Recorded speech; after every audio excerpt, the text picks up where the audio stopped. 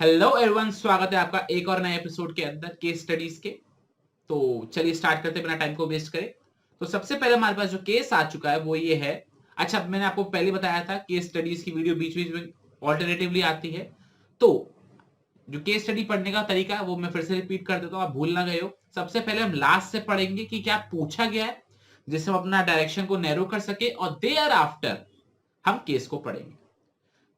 Question number 1 में दे रखा है name the function of management. ठीक है, फंक्शन ऑफ मैनेजमेंट मतलब प्लानिंग भी हो सकता है, ऑर्गेनाइजिंग भी हो सकता है, स्टाफिंग भी हो सकता है, डायरेक्टिंग भी हो सकता है, कंट्रोलिंग भी हो सकता है। ठीक है, इसके अलावा और कुछ नहीं होगा। पूरी बिजनेस स्टडीज में इन 6 के अलावा 5 के अलावा और कोई भी टॉपिक इस केस के अंदर नहीं पूछा गया है पहले क्वेश्चन में।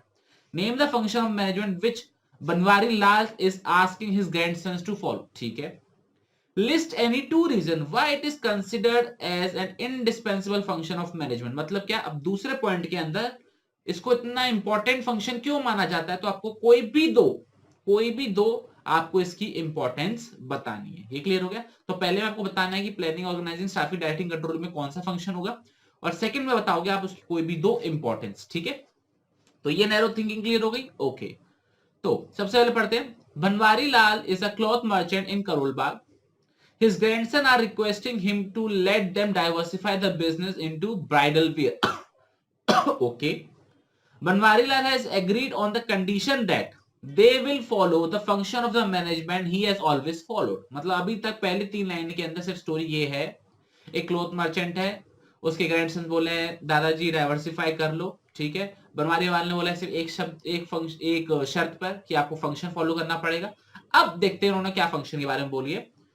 which helps an organization in keeping track of the progress of activities and ensure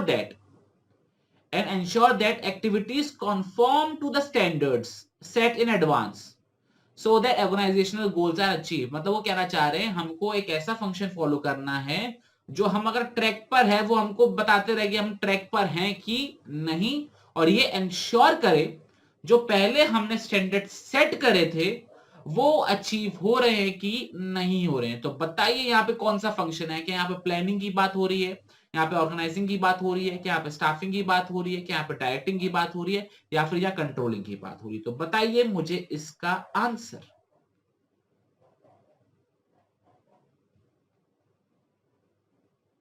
बिल्कुल सही आंसर आते हैं मेरे पास। तो चलिए इसको केस को डिस्कस करते हैं। तो इसी के साथ हम पहले पांचों डेफिनेशन रिवाइज करने वाले हैं। प्लानिंग का मतलब क्या होता है? Deciding in advance what to do, how to do and who is going to do it. But यहाँ पर भी क्या बात हो रही है, जो पहले सेट किया था वो होना चाहिए। तो मतलब यहाँ पे प्लानिंग की बात नहीं हो रही। ठीक है, ऑर्गेनाइजिंग डेफिनेशन क्या बोलती है? आइडेंटिफिकेशन और division of work, assigning of duties and establishing reporting relationship. यहाँ पर उस चीज की भी कोई बात नहीं हो रही। स्टाफिंग में क्या होता है? Putting right person on the right job, इसकी भी बात नहीं हो रही। डायरेक्टिंग का मतलब क्या होता है? एक सुपीरियर सबऑर्डिनेट को गाइड, काउंसिल, सब मोटिवेट, कम्युनिकेट, लीड सब करेगा। क्या यहाँ पर बात हो रही है? वो भी बात नहीं हो रही है। क्या यहाँ पे ये बात हो रही है कि आपने जो स्टैंडर्ड सेट करे थे वो डेविएशन तो नहीं आ रहे, आप गोल्स अचीव कर पा रहे नहीं कर पा रहे हो? ये बात हो रही है कि आपने जो स्टैंडर्ड पहले से सेट करे थे वो अचीव होने चाहिए। ये चीज क्लियर हो गई। तो इसका जो करेक्ट आंसर है, वो जो फंक्शन ऑफ मैनेजमेंट है वो है हमारा कंट्रोलिंग। ये चीज क्लियर हो गई। इसका जो करेक्ट फंक्शन है वो है कंट्रोलिंग।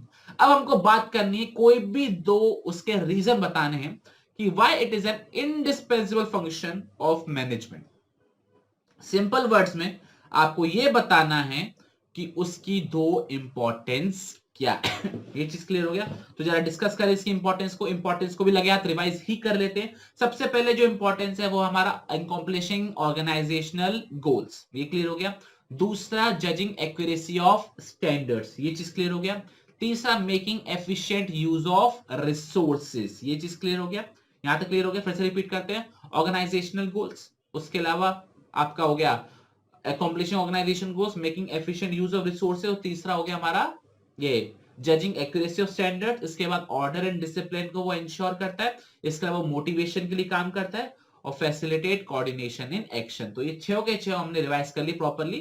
हेडिंग्स भी रिवाइज हो गई। आप अंदर कंटेंट एक बार जाकर रिवाइज कर लेना, लगे हाथ इसकी प्रोसेस भी रिवाइज कर लेना, कंट्रोलिंग की प्रोसेस। चलो एक बार टाइटल रिवाइज कर लेते हैं। सबसे पहला क्या था हमारा? Setting performance standards. ठीक है, उसके बाद मेजरमेंट ऑफ एक्चुअल परफॉर्मेंस।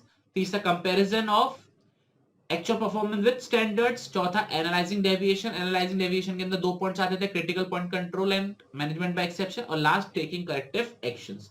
पहले स्टेप में क्या होता था, आपको टारगेट सेट करना है, जो क्वांटिटी में भी हो सकते हैं, वो क्वालिटी में भी हो सकते हैं, ठीक है। इसके अलावा मेजरमेंट ऑफ एक्चुअल परफॉर्मेंस में जो हमने स्टैंडर्ड सेट करे थे, उसी के बेसिस पर हम जो हमने एक्चुअल परफॉर्मेंस करी उसको मेजर करेंगे।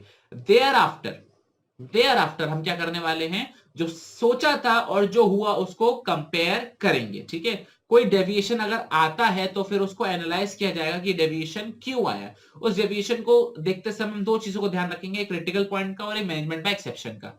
क्रिटिकल पॉइंट का मतलब क्या होता है, हमको उन चीजों पर ध्यान देना है जो हमारी ऑर्गेनाइजेशन की सक्सेस के लिए बहुत क्रिटिकल है, मतलब हमको अपने की रिजल्ट एरियाज पे फोकस करना है, ठीक है। और मैनेजमेंट बाय एक्सेप्शन का मतलब क्या होता है, हमको हर एक चीज को कंट्रोल करने की जरूरत नहीं है, only those things will be controlled which are above the tolerable limit, ठीक है। और टेकिंग करेक्टिव एक्शंस के अंदर भी वही बात बोली है कि हम ऊपर कौन से एक्शंस रिपोर्ट करेंगे जो लिमिट के ऊपर हैं, ना कि लिमिट के अंदर हैं। ये चीज क्लियर हो गया। देखा, इस छोटे से केस की वजह से हमने पूरा कंट्रोलिंग चैप्टर जो छोटा सा है 10 मिनट का चैप्टर है वो रिवाइज कर लिया। अब आपके लिए एक छोटा सा होमवर्क है, बस जैसे ही सेशन एंड हो आप इसकी एक बार थॉरोली रीडिंग कर लोगे बुक से, ठीक है। 5 मिनट के अंदर हमारा चैप्टर रिवाइज, इसको कहते हैं द पावर ऑफ रिवीजन, ठीक है। चलिए आगे बढ़ते हैं। ये क्वेश्चन हमारा कंप्लीट हो गया। कंट्रोलिंग हमारा फंक्शन था और कोई भी 2 आपको इंपॉर्टेंस बता देनी है। Accomplishing organisation goals, making efficient use of resources, ensure क्या कहते हैं order and discipline, employee motivation, judging accuracy of standards और facilitating coordination in action। बस हो गए रिवाइज, इसको कहते हैं रिवीजन। चलिए आगे बात करते हैं केस नंबर 2 की तरफ। तो एज यूजुअल हम पढ़ेंगे लास्ट से और फिर देखेंगे केस के अंदर क्या दे रखा है, ठीक है। तो स्टार्ट करते हैं। Identify and briefly explain the promotional tool being discussed above। promotional tool कौन कौन से होते हैं? तो सबसे पहले चैप्टर है हमारा ये मार्केटिंग चैप्टर। क्यों? मार्केटिंग के अंदर हमने 4 पीस पढ़े थे, प्रोडक्ट, प्राइस, प्लेस, प्रमोशन। क्या पढ़ा था? Product, price, place, promotion. I hope आपको याद आ रहा होगा। तो यहाँ पे प्रमोशनल टूल के अंदर हमने 4 प्रमोशनल टूल पढ़े थे, अगर आपको याद आ रहा हो तो चलो चारों को एक बार रिवाइज कर ले फटाफट से। सबसे पहला क्या था हमारा? Advertisement, non personal form of paid form of non personal advertising. Personal selling में क्या होता है आपका? 1-to-1 कम्युनिकेशन होता है, रिलेशनशिप बिल्ड होती है और आप अपने प्रोडक्ट को सेल कर सकते हो। सेल्स प्रमोशन में क्या होता है? आपको शॉर्ट टर्म इंसेंटिव दिए जाते हैं जिससे कस्टमर को इन्फ्लुएंस किया जाए वो इमीडिएट परचेज कर ले। और लास्ट में क्या होता है हमारा? पब्लिक रिलेशन, जिसके अंदर क्या किया जाता है? अपनी इमेज सुधारने के लिए कुछ एक्टिविटीज करी जाती है जिससे पब्लिक की नजर में हमारी कंपनी की, हमारे ऑर्गेनाइजेशन की जो इमेज है वो बढ़िया हो जाए। ये चीज क्लियर हो गया? ओके। तो देखा हमने इस अभी क्वेश्चन चालू भी नहीं किया, हमने मार्केटिंग का एक छोटा सा टॉपिक रिवाइज भी कर लिया, ठीक है। तो पढ़ते केस के अंदर क्या दे रखा है। The research and development department of Healthy Production Limited has decided to diversify from manufacturing health drinks to cereal made from millets. They are well aware of the fact that the company will have to communicate to the people the benefits of eating millets. Okay. For this purpose, they plan to sponsor events like marathons and encouraging people to switch healthy habits through healthy eating through newsletters. मतलब वो marathon run करवा रहे हैं, वो लोगों को encourage कर रहे हैं कि आप हेल्दी ईटिंग करो। तो बताइए यहाँ पे क्या एडवर्टाइजमेंट की बात हो रही है? क्या यहाँ पे पर्सनल सेलिंग की बात हो रही है? क्या यहाँ सेल्स प्रमोशन की बात हो रही है? या फिर यहाँ पे पब्लिक रिलेशन की बात हो रही है? तो बताइए मुझे इसका आंसर। तो चलिए इसका आंसर डिस्कस करते हैं और इसका जो करेक्ट आंसर है वो है हमारा पब्लिक रिलेशंस। इसका जो करेक्ट आंसर है वो क्या हमारा? Public relation. क्यों यहाँ पे पब्लिक रिलेशन की बात हो रही है? क्योंकि यहाँ पर वो इवेंट्स को स्पॉन्सर कर रहे हैं, मैराथन रन करवा रहे हैं, लोगों को एनकरेज कर रहे हैं कि वो अच्छी हैबिट्स डेवलप करें। वो अपने प्रोडक्ट की बात कर ही नहीं रहे हैं, वो अपने प्रोडक्ट की इमेज की बात कर रहे हैं कि आपको हेल्दी हैबिट्स रखनी चाहिए, आप रेसेस करवाओ। वो एडवर्टाइजमेंट नहीं कर रहे हैं, वो नॉन पेड ऑफ एडवर्टाइजमेंट नहीं कर रहे हैं कि उन्होंने कोई टीवी पे ऐड, कोई होर्डिंग वगैरह नहीं लगवाया हुआ है। वो क्या कर रहे हैं? वो इवेंट्स को स्पॉन्सर कर रहे हैं, लोगों को एनकरेज कर रहे हैं कि आप उसको अच्छा करो, सो दैट उनकी इमेज अच्छी हो और वो उनके प्रोडक्ट्स खरीदे, ठीक है। यहाँ पे पर्सनल सेलिंग की बात नहीं हो रही क्योंकि यहाँ पे 1-to-1 की रिलेशन की बात नहीं हो रही। यहाँ पे कोई शॉर्ट टर्म इंसेंटिव नहीं दिया जा रहा है जस्ट बिकॉज कि वो खरीद ले, क्या कहते हैं, इंस्टेंट उस चीज को खरीद ले। और ना यहाँ पे एडवर्टाइजमेंट की बात हो रही। तो करेक्ट जो इसका आंसर है, ऊपर जो प्रमोशनल टूल यूज हुआ है वो है हमारा पब्लिक रिलेशन, बिल्कुल सही। और नीचे वाले के अंदर आपको कोई दो और बताने हैं जिसमें आप एडवर्टाइजमेंट समझा सकते हो, आप पब्लिक रिलेशन तो ऊपर वाला हो ही गया, आप सेल्स प्रमोशन समझा सकते हो और आप पर्सनल सेलिंग समझा सकते हो। आई होप ये केस आपको समझ में आ रहा होगा। ठीक है, चलिए क्वेश्चन नंबर 3 की बात करते हैं। क्वेश्चन नंबर 3 काफी बड़ा है, जरा डिस्कस करेंगे। Enumerate the rights of a consumer. यहां पर राइट्स लिखा है, जरा गौर से देखना, राइट वर्ड यूज नहीं हो रहा, आगे एस लगा हुआ, मतलब यहां पर एक से ज्यादा राइट्स की बात हो रही है। Enumerate the rights of a consumer which Rita Sharma was able to exercise with with the help of voluntary organization। मतलब क्या, ऊपर दिए गए केस के अंदर रीटा शर्मा ने एक वॉलंटरी ऑर्गेनाइजेशन की मदद से अपने कौन कौन सी जो राइट्स हैं उनको एक्सरसाइज किया। ठीक है, तो जरा केस रीड करते हैं। Okay, Rita Sharma was working as a guard in a school, purchased 2 shirts for rupees 460 each for her son. When she went back home, she realized that the shirt was small in size for her son. She decided to ask for return of money or exchange of shirt with an appropriate size. Okay, मतलब एक guard है, उन्होंने अपने बच्चे के लिए 460 rupees की 2 shirts खरीदी। ठीक है, ये चीज क्लियर हो गया। ओके, वो जब घर पे गई, कपड़ों का साइज छोटा था, उसने कहा पैसे वापस कर दो या शर्ट बदल कर दे दो। But the store owner refuse to return the money और एक्सचेंज द शर्ट। सिंपल बात है, मना कर दिया।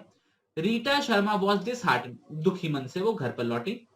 हर friend advise her to go Seva Sadan, an autonomous voluntary organisation working for the protection of consumer welfare. वो एक सेवा सदन एक ऑर्गेनाइजेशन के पास गई जो कि कंज्यूमर को प्रोटेक्ट करने के लिए काम करता है, वेलफेयर के लिए काम करता है। The organization helped her by explaining to her the legal procedure as well as educated her about the right as a consumer, helped in filing complaints, and with the help of the organization, Rita was able to get her money back from the store.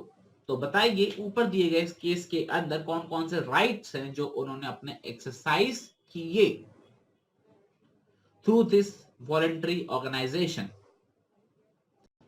तो चलिए discuss करते हैं इसके answer कि रीटा शर्मा ने voluntary organisation की मदद से कौन कौन से अपने जो राइट्स है वो एक्सरसाइज किए। तो सबसे पहला राइट जो उन्होंने एक्सरसाइज किया वो था राइट टू कंज्यूमर एजुकेशन। ठीक है, जिसमें ऑर्गेनाइजेशन ने उनको डायरेक्टली समझाया कि आप ये चीज करो, आप लीगल प्रोटेक्शन कर सकते हो, आप ये कर सकते हो, उसके राइट्स के बारे में उसको समझाया। तो पहला राइट तो हो गया हमारा राइट टू कंज्यूमर एजुकेशन। ठीक है, दूसरी बात उन्होंने अपनी कंज्यूमर कंप्लेंट फाइल करी। ठीक है, राइट टू बी हियर्ड की बात हो रही है यहाँ पे, ये चीज क्लियर हो गया। उन्होंने कंप्लेंट फाइल करवाई। ठीक है, राइट टू बी हियर्ड की बात हो रही। ठीक है, उसके बाद उनको रिलीफ भी दिलवाया, तो वो क्या हो गया हमारा राइट टू सीक रेड्रेसल। ये चीज क्लियर हो गया। तो इस केस के अंदर रीटा ने वेलफेयर ऑर्गेनाइजेशन की मदद से, जो हमारे कंज्यूमर ऑर्गेनाइजेशन जो है हमारा सेवा सदन, उसकी मदद से अपने 3 राइट्स को एक्सरसाइज करवाया। पहला राइट था हमारा right to consumer education, just because कि उस ऑर्गेनाइजेशन को क्या किया, एक्सप्लेन किया उनके राइट्स के बारे में। दूसरा कंप्लेंट फाइल करवाई, अपनी बात सुनवाई, राइट टू बी हियर्ड। ठीक है, तीसरा राइट टू सीक रिड्रेसल, कि उन्होंने उसकी जो प्रॉब्लम्स थी उनको अंडरस्टैंड किया और उसको रिलीफ दिलवाया। तो राइट टू सीक रिड्रेसल 3 हो गए, कंज्यूमर एजुकेशन, हियर्ड और सीक रिड्रेसल। ठीक है, ओके। अब बात करते हैं केस नंबर 4 की। जरा पढ़ेंगे केस नंबर 4 क्या है, जरा देखेंगे। और ध्यान रखना, जैसे मैंने आपको बताया, कभी भी ऊपर से नहीं पढ़ना केस, क्योंकि फिर टाइम वेस्ट होता है, तो नीचे से पढ़ेंगे बाय कोटिंग लाइंस। तो ध्यान रखना इस क्वेश्चन के अंदर आपको लाइंस भी कोट करनी है। आइडेंटिफाई एंड एक्सप्लेन, ढूंढो और एक्सप्लेन भी करो any 2 importance of understanding business environment discussed above. मतलब ऊपर दिए गए केस के अंदर बिजनेस एनवायरनमेंट की कुछ इंपॉर्टेंस डिस्कस हो रही है, तो आपको कोई भी 2 इंपॉर्टेंस लाइन कोड करने के साथ एक हेडिंग बतानी है और फिर उसको एक्सप्लेन करना है। ये चीज क्लियर हो गया। तो चलिए केस को रीड करते हैं। The government is considering a pioneer proposal to launch a single debit cum credit card to increase the ease and usage for the consumer. The card will be called the National Mobility Card, which will have unique advantages for making payments in metro, buses, parking, making transactions during visits abroad. मुझे ये बताओ अभी तक इसके अंदर कुछ भी क्या इंपॉर्टेंस मिली? पहले लाइन में उन्होंने बोला कि हम एक single debit cum credit card launch करेंगे जिससे सब यूज कर पाए, इजीली यूज कर पाए, और दूसरा उसको नेशनल मोबिलिटी कार्ड बोलेंगे जो अलग अलग उनके यूनिक फीचर्स होंगे जो अलग अलग यूज होंगे। तो मुझको बताइए क्या यहाँ पर कहीं भी कोई इंपॉर्टेंस की बात हो रही है? चलो एक बार इंपॉर्टेंस को रिवाइज कर ले जरा। सबसे पहले इंपॉर्टेंस क्या थी हमारा? Identification of opportunities and taking first mover advantage, identification of threat and early warning signal, helps in planning and promotion, tapping useful resources, improve performance and coping with rapid changes। तो ये 6 हमारे जो importance थे business environment के, ठीक है। Headings revise हो गई, अंदर कंटेंट आप सेशन के एंड होते एक बार रिवाइज कर लेना तो आपको टॉपिक रिवाइज हो जाएगा। तो अभी पहले पैराग्राफ के अंदर ना तो हमको कोई अपॉर्चुनिटी मिली, ना कोई थ्रेट मिला, ना कोई प्लानिंग पॉलिसी मिली, ना कोई कोपिंग विद रैपिड चेंजेस मिला, ना ही टैपिंग यूजफुल रिसोर्सेज मिला, ना ही इंप्रूव परफॉर्मेंस मिला। अभी तक तो नहीं मिला। आगे पढ़ते हैं। After hearing this news, Mega Bank decided to launch a Mega Mobility Card on the similar lines so that they could be the first to exploit the opportunity arising due to the increasing trend of digitization। बताइए मेरे को इस line को देखते हुए यहाँ पर कौन सी इंपॉर्टेंस आ रही है, या आ रही है कि भी नहीं आ रही है? ये न्यूज सुनने के बाद कि गवर्नमेंट नेशनल मोबिलिटी कार्ड लेकर आ रही है, तो मेगा बैंक ने तुरंत इस अपॉर्चुनिटी को एक्सप्लॉइट करने के लिए पहले ही क्या निकाल दिया? मेगा मोबिलिटी कार्ड निकाल दिया, जस्ट बिकॉज उनको लग रहा था कि डिजिटाइजेशन बहुत ज्यादा हो रहा है, तो we can exploit this opportunity. तो बताइए यहाँ पर कौन सी इंपॉर्टेंस आ रही है? तो लाइन तो कोट मिल गई आपको, आफ्टर हियरिंग न्यूज से लेकर increasing trend of organisation digitisation तक। बस आपको क्या बताना है? बिल्कुल सही आंसर यहाँ पर जो अभी हमको मिला है। तो पहला जो आंसर है वो हमारा है identification of opportunities and taking first mover advantage, ठीक है। तो ये लाइन हमको कोट मिल गई, हेडिंग भी मिल गई, और फिर आपको इसको एक्सप्लेन भी कर देना है। ये चीज क्लियर हो गया? ओके, आगे पढ़ते हैं। In order to improve the performance, पहले लिख दिया, in order to improve the performance they laid down a plan, performance improve करने के लिए उन्होंने एक प्लान को बनाया जिसमें वो ज्यादा लोगों को हायर करेंगे अपने मार्केटिंग डिपार्टमेंट्स में, गाइडलाइंस प्रिपेयर करेंगे, अपनी सेल्स फोर्स को ट्रेन करेंगे जिससे वो न्यू फैसिलिटी को आगे बढ़ा सके। In order to improve their performance, they laid down a plan to hire more people in the marketing department and prepared guidelines to train their sales force to market the new card facility being launched by the bank। तो बताइए in order to improve से लेकर launch by bank तक कौन सी importance है जो आपको नजर आ रही है? बताइए मुझे इसका आंसर।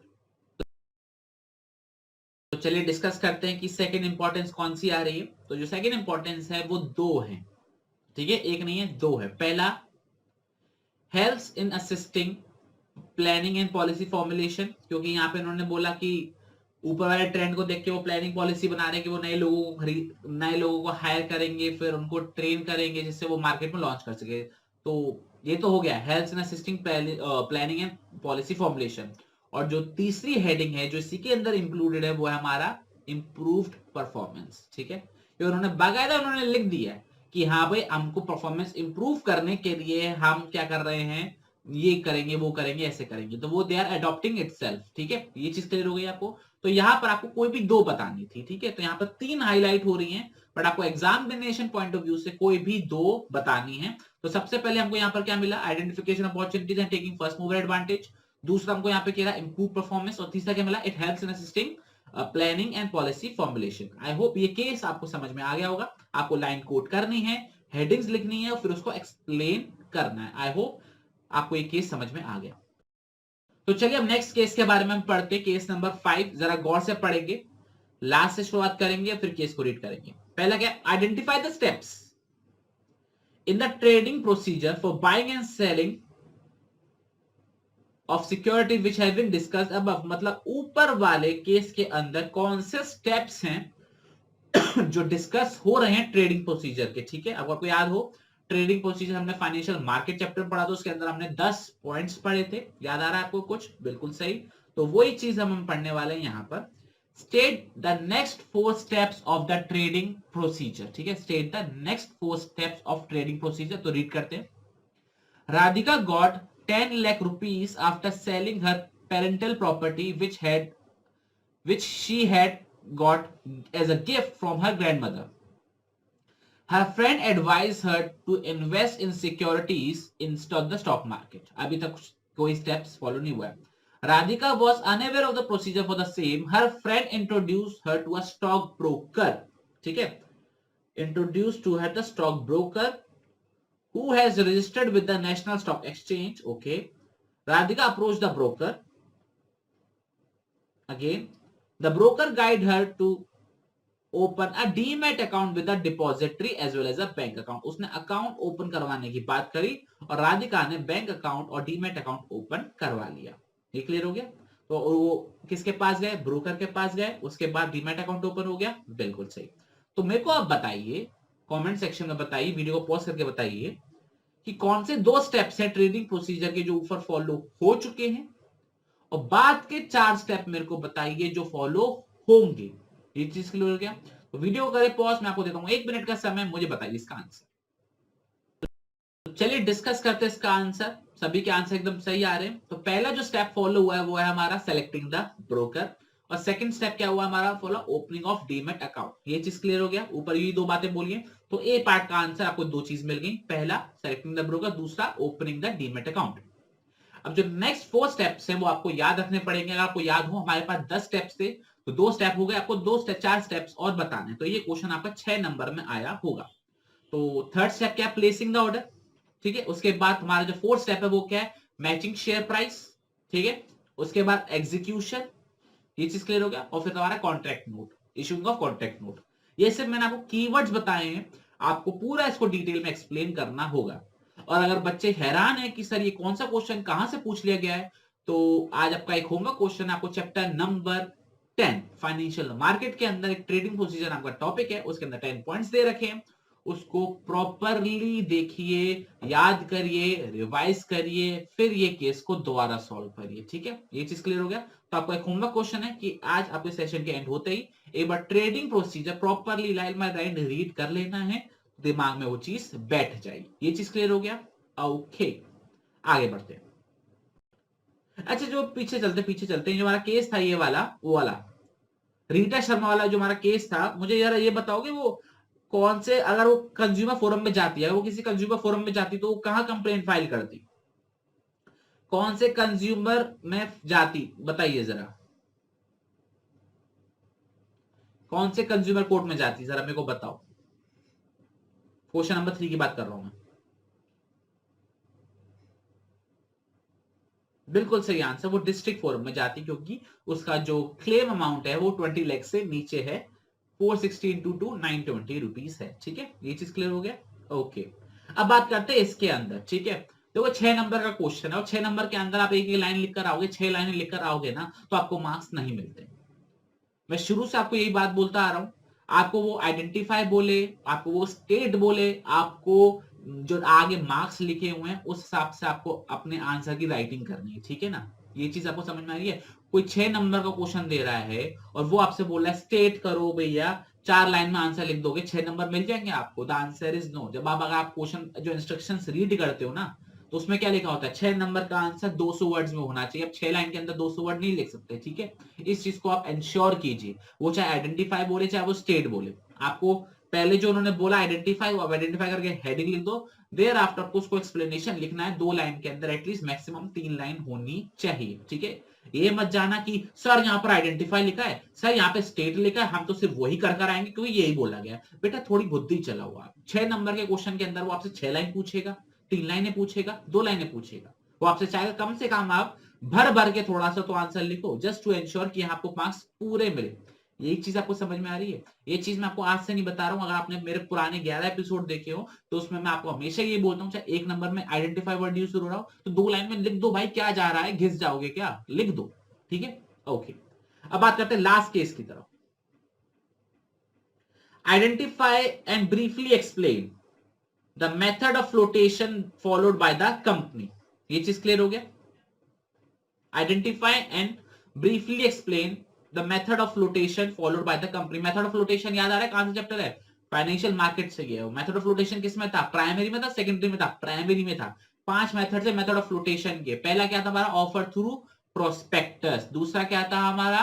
ऑफर फॉर सेल, तीसरा प्राइवेट प्लेसमेंट, चौथा राइट इशू, पांचवा EIPO। ये चीज क्लियर हो गया। तो पढ़ते क्वेश्चन में क्या लिखा हुआ है, identify briefly explain the method of flotation followed by the company. ऊपर दिए गए केस के अंदर कोई मेथड ऑफ फ्लोटेशन दे रखा है, कितने दे रखे होंगे सर, एक दे रखा होगा, कैसे पता चलेगा, यहाँ पे मेथड ऑफ मेथड्स यूज नहीं हो रहा है, यहाँ पे वर्ड मेथड वर्ड यूज हो रहा है, तो मतलब ऊपर वाले दिए केस के अंदर एक मेथड की बात हो रही होगी, उसको आइडेंटिफाई भी करना है और उसको आपको एक्सप्लेन भी करना है। आगे रीड करते हैं, also name and explain other method of floatations. देखो यहाँ पर अदर मेथड्स की बात हो रही है, आपको ऊपर वाले जो ऊपर आपको एक आइडेंटिफाई करना है, नीचे क्या देता है, also name and explain the other methods of flotation that can be used by the company for raising fund from public in the primary market।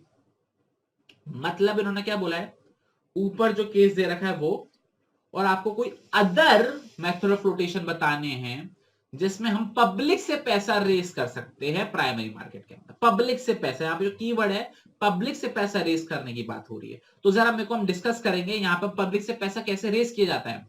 Offer to prospectus में पब्लिक आती है, ऑफर फॉर सेल में public आती है, हम intermediate जरूर बेचते लेकिन बेचते पब्लिक को है, ठीक है। प्राइवेट प्लेसमेंट पब्लिक नहीं आती है, राइट इशू में पब्लिक नहीं आती, राइट इशू के अंदर एग्जिस्टिंग शेयर होल्डर्स आते हैं, ये चीज क्लियर हो गया, ओके।